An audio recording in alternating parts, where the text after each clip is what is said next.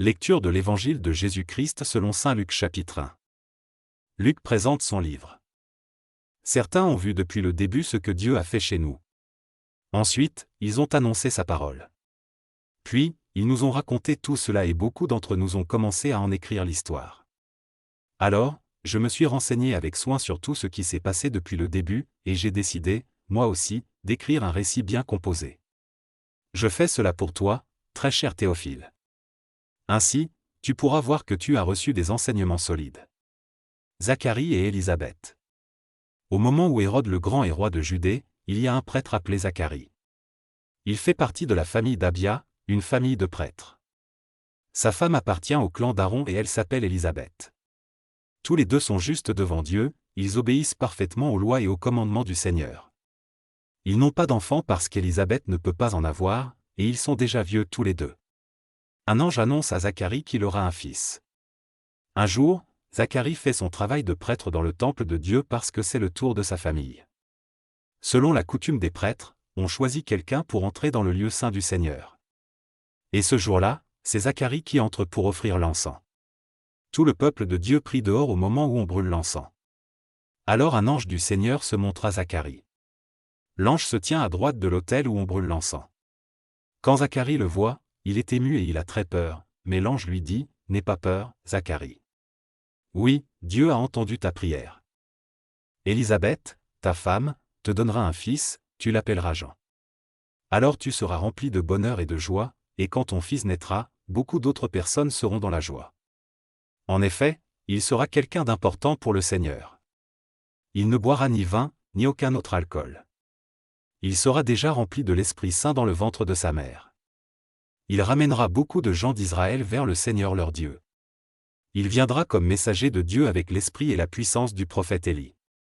Comme Élie, ton fils fera la paix entre les parents et leurs enfants. Il changera le cœur de ceux qui n'obéissent pas à Dieu, et ils se mettront à penser comme des personnes justes. Ainsi il formera pour le Seigneur un peuple bien préparé. Zacharie dit à l'ange, « Comment savoir que c'est vrai ? Je suis bien vieux et ma femme aussi est âgée. » L'ange lui répond, « Moi, je suis Gabriel, je me tiens devant Dieu pour le servir.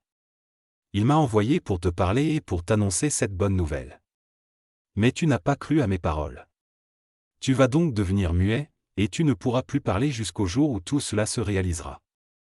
Oui, ce que je t'ai dit arrivera au moment que Dieu a fixé. » Pendant ce temps, le peuple attend Zacharie. Les gens s'étonnent de le voir rester si longtemps dans le lieu saint. Quand il sort, il ne peut pas leur parler, il leur fait des signes et il reste muet. Alors les gens comprennent qu'il a vu dans le lieu très saint quelque chose venant de Dieu. Puis, quand Zacharie a fini son temps de service dans le temple, il rentre chez lui. Après cela, sa femme Élisabeth devient enceinte et pendant 5 mois, elle se cache dans sa maison. Elle se dit, « Voilà ce que le Seigneur a fait pour moi, j'avais honte devant mon peuple parce que je n'avais pas d'enfant. Mais maintenant le Seigneur s'est occupé de moi, il a enlevé ma honte. » L'ange Gabriel annonce à Marie, « Tu auras un fils. » Élisabeth est enceinte depuis 6 mois. Voici que Dieu envoie l'ange Gabriel dans une ville de Galilée appelée Nazareth. Il l'envoie chez une jeune fille, promise en mariage à un homme appelé Joseph. Joseph a pour ancêtre le roi David, et le nom de la jeune fille est Marie. L'ange entre chez elle et lui dit, « Réjouis-toi. Le Seigneur Dieu t'a montré son amour d'une manière particulière. Il est avec toi. » En entendant cela, Marie est très émue, elle se demande, que veut dire cette façon de saluer. L'ange lui dit, « N'aie pas peur, Marie. Oui, Dieu t'a montré son amour d'une manière particulière. Tu vas attendre un enfant, tu mettras au monde un fils, et tu l'appelleras Jésus. Personne ne sera aussi important que lui. On l'appellera fils du Très-Haut. Le Seigneur Dieu lui donnera le royaume de David, son ancêtre. Il sera le roi du peuple d'Israël pour toujours, et son pouvoir ne finira jamais. » Marie dit à l'ange, « Comment cela va-t-il arriver ? En effet, je ne vis pas avec un homme. » L'ange lui répond, « L'Esprit Saint viendra sur toi et la puissance du Très-Haut te couvrira comme l'ombre.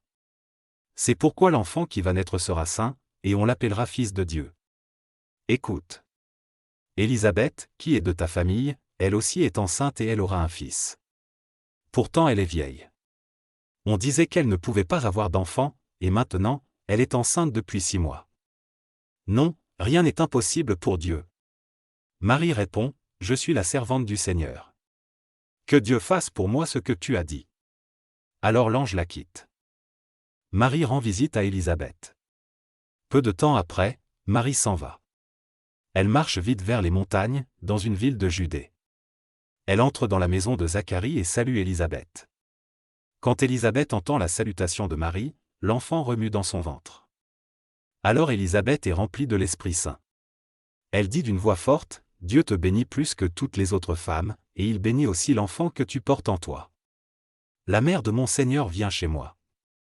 Quel honneur pour moi!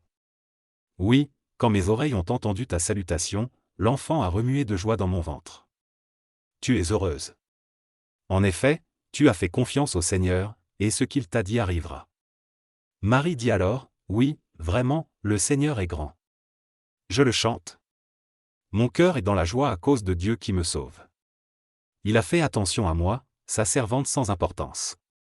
Oui, à partir de maintenant, les gens de tous les temps diront mon bonheur. Le Dieu Tout-Puissant a fait pour moi des choses magnifiques. Son nom est saint. Il sera plein de bonté pour toujours envers ceux qui le respectent avec confiance. Il agit avec beaucoup de puissance, il chasse ceux qui ont le cœur orgueilleux. Il renverse les rois de leur siège, et il relève les petits. Il donne beaucoup de richesses à ceux qui ont faim, et les riches, il les renvoie les mains vides. Il vient au secours du peuple d'Israël, son serviteur. Il n'oublie pas de montrer sa bonté. Voilà ce qu'il a promis à nos ancêtres, à Abraham et à sa famille pour toujours. Marie reste avec Élisabeth pendant 3 mois environ, puis elle retourne chez elle. La naissance de Jean. C'est le moment où Élisabeth doit accoucher, et elle met au monde un fils. Ses voisins et les gens de sa famille apprennent cela. Le Seigneur est grand. Il a été très bon pour elle, et ils sont dans la joie avec Élisabeth.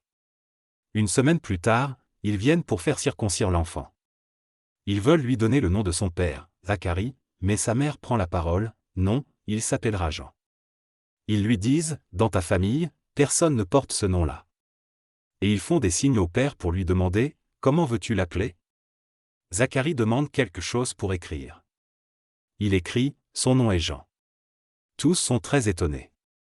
Au même moment, Zacharie peut de nouveau parler, il chante la bonté de Dieu. Alors tous les voisins ont peur, et dans toute la région des montagnes de Judée, on raconte tout ce qui s'est passé. Tous ceux qui apprennent cela le gardent dans leur cœur. Ils se demandent, quel sera l'avenir de cet enfant ? En effet, la puissance du Seigneur est avec lui. Zacharie chante la bonté de Dieu. Puis Zacharie, le père de l'enfant, est rempli de l'Esprit Saint. Alors il parle comme un prophète, chantons la louange du Seigneur, Dieu d'Israël. Il vient au secours de son peuple, il le rend libre. Il nous donne un grand sauveur dans la famille de David, son serviteur. Il avait annoncé cela depuis longtemps. Oui, il avait dit par les saints prophètes, « Je vous sauverai de vos ennemis et de la main de ceux qui vous détestent. » Ainsi, Dieu a été bon pour nos ancêtres. Aujourd'hui encore, il se souvient de son alliance sainte. C'est le serment qu'il avait fait à Abraham, notre ancêtre.